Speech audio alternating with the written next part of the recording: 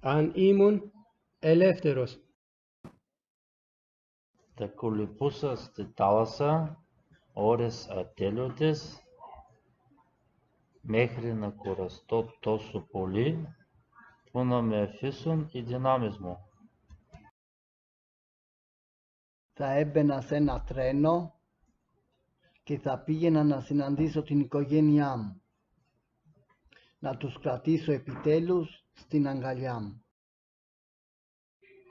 Θα πήγαινα στο δάσος, να περπατήσω στη φύση, να ακούσω τα πουλιά, να αναπνεύσω καθαρό αέρα.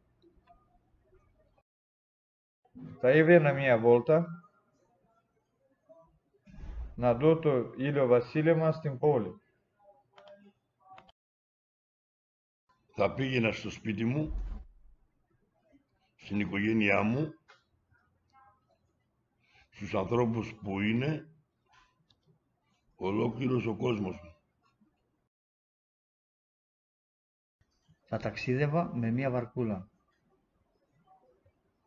περνώντας από καταιγίδες και φουρτούνες, για να καταλήξω σε ήρεμα νερά.